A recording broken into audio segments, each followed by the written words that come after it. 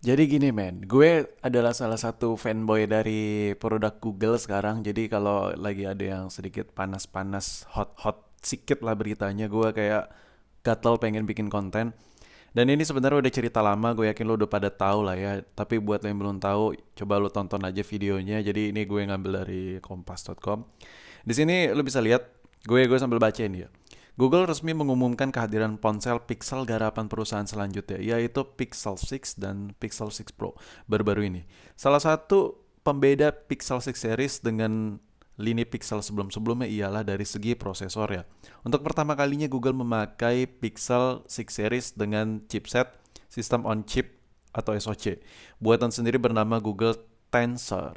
Anjay, sekarang Google udah mulai agak sedikit serius-serius ya kan, mulai menggarap produk-produk line up flagship yang mereka buat.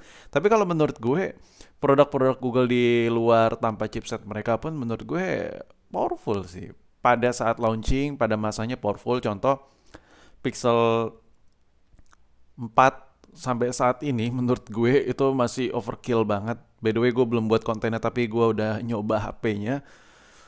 Apa ya? Gue ngelihatnya itu Pixel 4 itu hmm, masih gok sih. Sedangkan gue aja sebagai user Pixel 3 dan Pixel 3 XL aja gue sama HP itu aja masih speechless cuy. Masih enak, masih nyaman banget. Sekarang gue lanjutin lagi. Dengan begitu Tensor akan resmi menggantikan chipset Snapdragon buatan Qualcomm yang selama ini digunakan di lini ponsel Google Pixel. Dan CEO Google Sundar Pichai mengungkapkan chipset Tensor telah dikembangkan perusahaan selama 4 tahun ini merupakan inovasi terbesar yang pernah disematkan pada lini ponsel Pixel. Gue setuju sih kalau ada tahap pengembangan, otomatis itu mereka ada improvisasi terhadap mungkin ada perpaduan antara software yang mereka kembangin dengan chipset. Jadi perpaduan antara chipset buatan mereka sendiri dengan software yang mereka aplikasikan di sebuah unit device mereka, gue rasa kayaknya performanya jauh lebih stabil, bakal lebih klop dan nggak salah sih. Gua salut sih. Tapi dengan produk yang ada pun gue ngeliatnya itu udah masih overkill sih. Apalagi kameranya. Lu yakin kan? Gue yakin dari semua lu ada yang pernah lihat, dari lu pada yang nonton video ini ada pernah lihat kalau Google itu sering banget buat video ngeledek iPhone, ya kan? Apalagi soal kamera, gila. Tapi nanti gue bakal ledek balik nih Pixel, meskipun gue si salah satu penyuka produk Google, tapi nanti gue kayak buat video buat ngeledek Pixel pakai iPhone, kayaknya seru nih. Nanti gue buat deh. Terus kita baca lagi nih, apa itu Google Tensor? Untuk penamaan sendiri, Tensor mengacu pada ekosistem program machine learning atau ML open source milik Google, yaitu TensorFlow.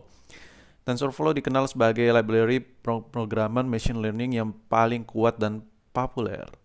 Karena TensorFlow disebut bisa digunakan untuk mengembangkan dan melatih model untuk mengimplementasikan machine learning di hampir semua aplikasi termasuk Google Photo dan Google Voice. Ya, ini balik lagi kayak gue bilang tadi, mereka pengen sinkronisasi jauh lebih klop antara software yang mereka kembangkan dengan hardware yang mereka punya. Karena pada dasarnya sebenarnya software Google itu gila-gilaan sih. Contohnya Gcam yang kan dipakai sama semua Android itu goks banget. HP murah meriah muntah yang jelek pun kalau dipasangin software dari Gcam, gila, endes banget hasil foto. Jadi menurut gue, ya apapun yang dilakukan oleh Google, gue rasa sih untuk apa ya, apa ya, memperklopkan lah misi visi mereka, bukan misi visi Voya ya. Itu kayak maksud gue, fokus fokus fokus.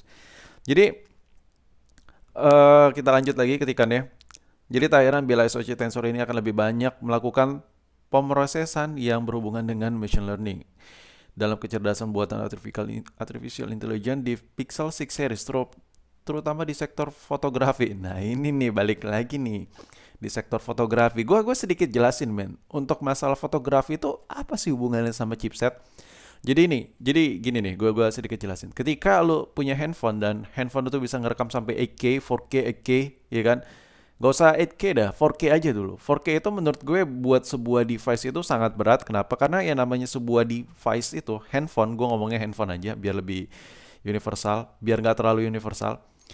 Sebuah handphone itu belum ada yang namanya desainer itu menciptakan kayak sebuah proses pendinginan, sirkulasi pendinginan, penyaluran panas buang yang dihasil panas yang dihasilkan oleh chipset, dan chipset itu bekerja ekstra banget. Salah satu momen ketika kita make HP, make kamera di handphone.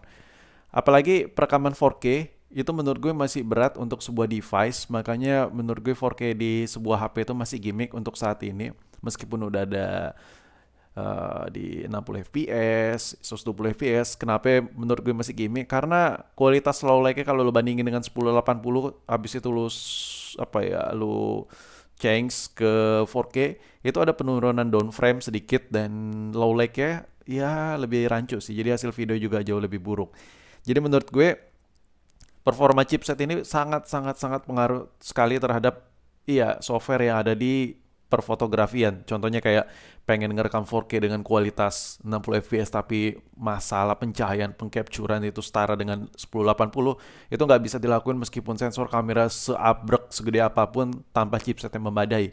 Sedangkan kalau chipsetnya tidak memadai, otomatis itu harus diperhitungkan lagi, ada hawa panas yang dibuang, asupan energi yang ada di baterai itu harus sinkron, dan menurut gue itu agak complicated. Makanya gue rasa kayaknya Google itu kayak kurang puas gitu ngelihat chipset yang ada saat ini, dan mereka pengen ngembangin sendiri. Mungkin salah satunya itu.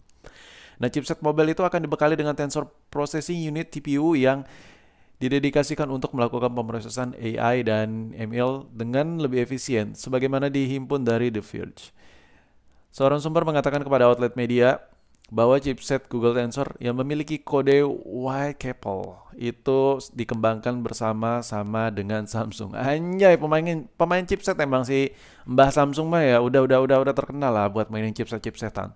Meski tak mengkonfirmasi dengan siapa menjalin kemitraan, Senior Review President Developers Google mengatakan bahwa Tensor bukanlah sekedar prosesor kanan semata. Seperti hal SoC manapun, kami melisensikan banyak teknologi ke dalamnya, tetapi ini adalah desain kami dan dirancang khusus dengan tujuan mendorong ML dan AI kami ke depan ya, kata Australia dalam sebuah postingan. Oh ya gitulah. Jadi intinya menurut gue ini adalah sebuah inovasi yang dilakukan terus menerus, karena ya apa yang dilakukan oleh Google itu baik dalam software maupun hardware itu menurut gue sangat mumpuni. Ketika handphone lain itu terjun ke dunia perfotografian dengan dua lensa yang pengen telefoto dan bokeh-bokehan, Pixel pada saat itu tetap fokus dengan single main kamera, cuman satu kamera. Menurut gue software yang mereka taruh di sebuah unit pun itu bukan software sembarangan, cuy.